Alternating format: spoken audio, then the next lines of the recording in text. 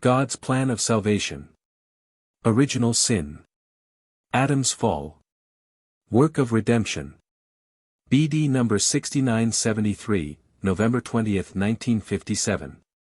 The work of redemption began with the emergence of the creations in the universe. It began with binding the hardened spiritual substance in the form, thus with the shaping of material forms which at first were spiritual in substance themselves and then also sheltered spiritual substances within themselves which had already gone through a certain process of development.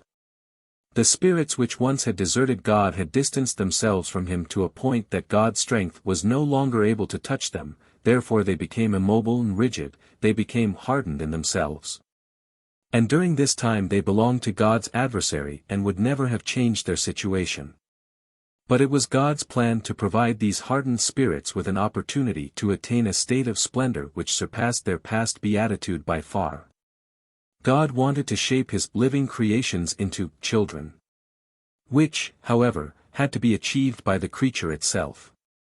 Hence the created being, which had rebelled against God in free will and consequently fell abysmally low, had the opportunity to completely voluntarily ascend to maturity again in order to then be able to achieve the work of deification. But it had to be lifted out of the abyss since it was no longer capable of ascending by itself due to its total lack of strength. And God provided this help for the fallen spirits by letting the creation arise, by shaping the hardened spiritual substance through his will into many different kinds of creations. And with these creations began the redemption or the return of the spirits to God. Now the fallen spirits were guaranteed ascension up to a certain level, because divine will is the decisive factor in this plan of creation and the adversary has no influence whatsoever on the bound spiritual substances within the works of creation.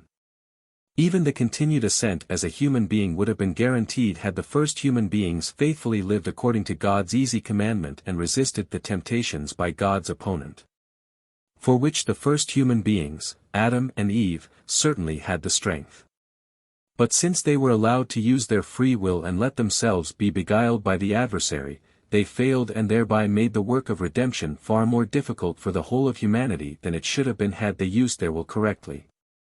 Hence the people who followed were considerably weakened by this sin of the first human beings, they no longer had the strength which the former had at their disposal and to a certain extent carried the burden of this sin, so God's adversary had achieved a great deal.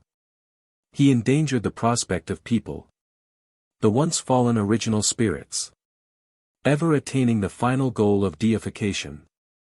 And therefore God provided help for them again. He sent his Son to earth, i.e., a supreme being of light started his process on earth in order to fulfill the conditions as a human being which the first people neglected to fulfill and which devastated them. He thereby wanted to help them escape their state of weakness, he wanted to enable them again to reach the deification. It was the man Jesus in whom the divine love itself took abode. The Father who wanted to help his children liberate themselves from the adversary and to come back to him.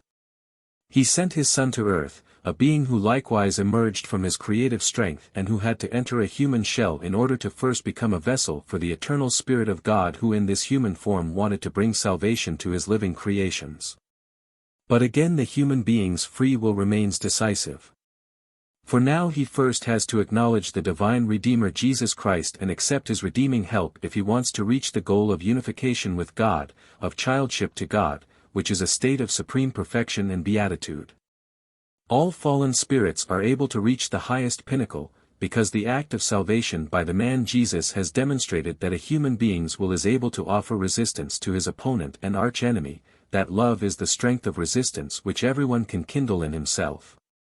And because every human being need only appeal to the divine Redeemer for help in order to then also emerge as a conqueror of death and attain the life which can only be found in unity with God.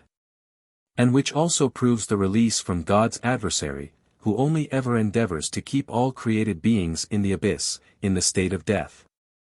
Hence, redemption means release from the one who brought death into the world. Redemption means accepting Jesus Christ's help, for without him the human being is weak as a result of the original sin and the sin of his ancestral parents, which were only atoned for by Jesus Christ's death on the cross. Amen.